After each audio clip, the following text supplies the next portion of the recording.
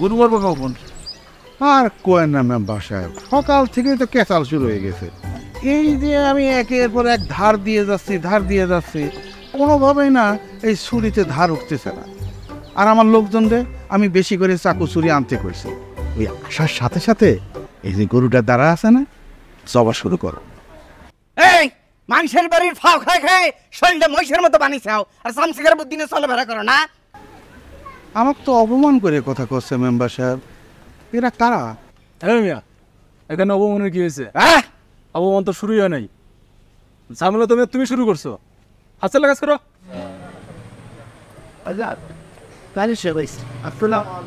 ওয়ালাইকুম আসসালাম। কাজী সাহেবরে হুজুর পানি দে, পাক পবিত্র হয়ে থাকবে।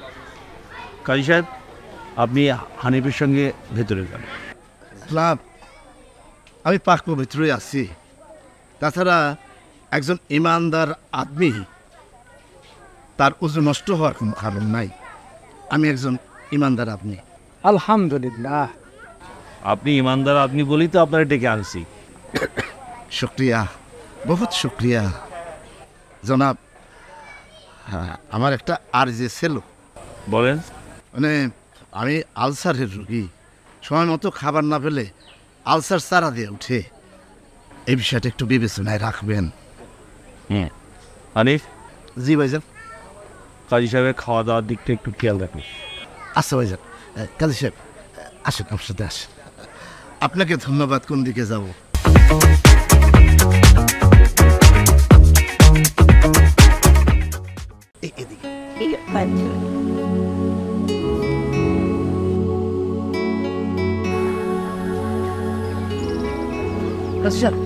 আপনি বসে একটু ভিতরে আপনি কি চলে যাচ্ছেন? মানে একটু সুখ দুঃখের আলাপ করতাম। আরে বুঝলে তো বিয়ে বাড়ি দূরের উপরে আসি, যদি কিছু বলার থাকে সংক্ষেপে বলেন। না, সংক্ষেপে বলতেছি, মানে ওই যে একটু সুখ দুঃখের আলাপ করতাম আর কি। হ্যাঁ বলেন না। ওই যে আমি মেম্বার সাহেবের কাছে একটা আর্জি পেশ করেছিলাম, তিনি তা মঞ্জুর করেছিলেন এবং সেই দায়িত্ব আপনার উপর অর্পণ করেছিলেন। কিসের দায়িত্ব কাজী সাহেব? ওহো, দুই কদম আসতে আসতে আপনি ভুলে গেলেন। আপনার মাথায় কি গোবর, কাউডাং? হ্যাঁ, বোঝেন না কেন? বিয়া বাড়ি চারিদিকে অনেক কাজ, সব দায়িত্ব আমার উপরে। আমি তো চাপের মধ্যে আছি। একটু খোলাসা করে বলেন না, আমি তো নিতে পারতেছি না। মনে হয়েছে আমার ওই আলসারের ব্যথাটা। সবে তো আসলেন, বসেন, একটু দম নেন, দেখি আপনার জন্য কোনো খাবারের ব্যবস্থা করতে পারি কিনা। হ্যাঁ জনাব, ওই আলসারের ব্যথা ওঠার আগে যদি ব্যবস্থা করতেন তাহলে খুব উপকৃত হতাম। আসতে না আসতে তো খাই খাই করেন কেন? বসেন, দেখি কিছু করতে পারি কিনা।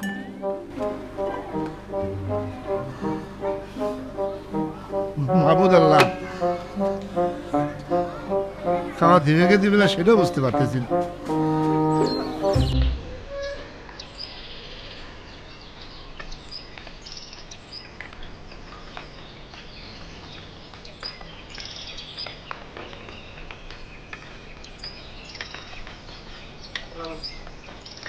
কিনে লোকের তোমার লোকজন সব কই? সকাল থেকে দেখছি যে চাকরি মানে ঘষাঘষি করতেছ। গরু মারবো কখন? আর কোয়েন না মেম্বার সাহেব, সকাল থেকেই তো কেচাল শুরু হয়ে গেছে। এই যে আমি একের পর এক ধার দিয়ে যাচ্ছি, কোনোভাবেই না এই ছুরিতে ধার উঠতেছে না। আর আমার লোকজনদের আমি বেশি করে চাকু ছুরি আনতে কইছি। ওই আসার সাথে সাথে এই যে গরুটার দ্বারা আছে না, জবা শুরু করো। এই মানুষের বাড়ির ফাও খায় খায় শরীরটা মহিষের মতো বানিয়েছাও, আর সামসিকার বুদ্ধি নিয়ে চলাফেরা করো না। আমাকে তো অপমান করে কথা করছে মেম্বার সাহেব। এরা কারা? হ্যাঁ মিয়া, এখানে অপমানের কি হয়েছে? অপমান তো শুরুই হয় নাই। ঝামেলা তুমি শুরু করছো। হাসতে লাগাস করো। বাড়ি থেকে আসার সময় বেশি করে ছুরি কাছে নিয়ে আসতে পারো নাই? মেম্বার সাহেব, এরা তো এই আমাকে ধমক দিয়ে কথা কওয়া শুরু করেছে। এরা আসলে কারা? এদের থামতি বলেন কিন্তু, তা না হলে কিন্তু আমি এই যে ছেঁড়া বেড়া করে ফেলা দেবো না। হ্যাঁ, তুই কি ছেঁড়া বেড়া করবি রে? ছেঁড়া বেড়া করবো তো আমি। পিস্তলটা রাখেন, পিস্তল রাখেন। কথা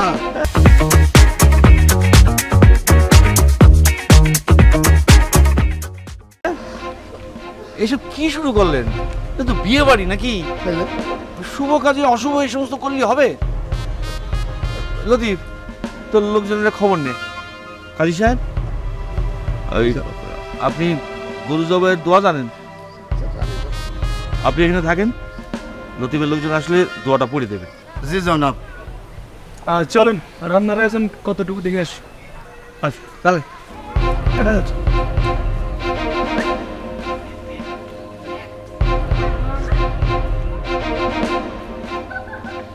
জনাব একটা কথা বলতে চাইছিলাম।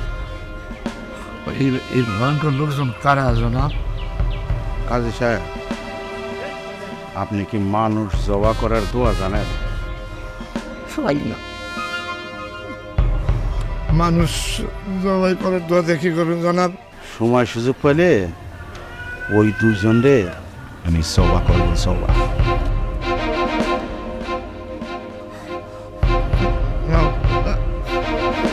মাহবুব, আমরা পরীক্ষার মধ্যে ফেললাম।